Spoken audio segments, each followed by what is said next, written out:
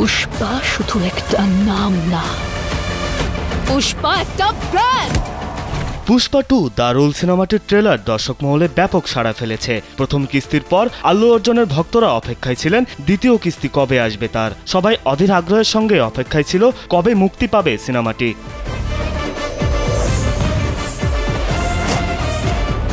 এরই মধ্যে সিনেমাটি মুক্তির আগেই গড়ে ফেলেছে রেকর্ড। চলচ্চিত্রটি বিশ্বজুড়ে 12,000 স্ক্রিনে একযোগে মুক্তি পেতে যাচ্ছে, যেটি খুব একটা দেখা যায় না।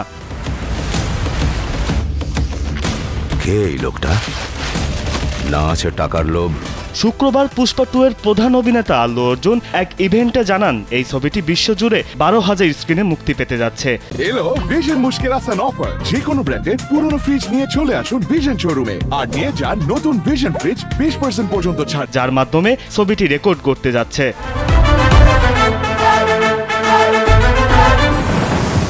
এদিকে শনিবার থেকে সিনেমাটির প্রি বুকিং শুরু হয়েছে এবং ছবিটি দর্শক চাহিদার শীর্ষে থাকায় খুব তাড়াতাড়ি হলের শোগুলো পূর্ণ হয়ে যাচ্ছে। সিনেমাটি শুধু অন্যান্য দেশেই না, ভারতেও ইতিমধ্যে গড়েছে রেকর্ড। মুম্বাইয়ের গায়টি গ্যালাক্সি সিনেমা কমপ্লেক্সে প্রতিদিন 18টি শো চলবে এই সিনেমার জন্য, যা এই সিনেমা হলের 52 বছরের ইতিহাসে প্রথমবার ঘটতে যাচ্ছে।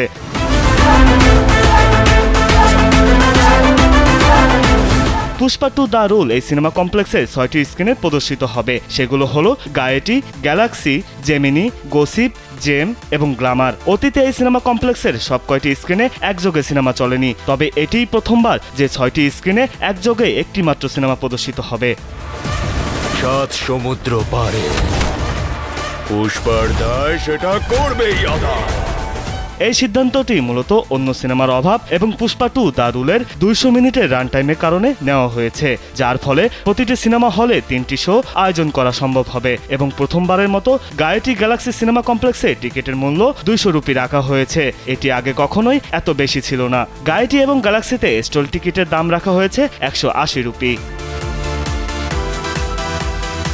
তামজিদ হোসেন, কালবেলা।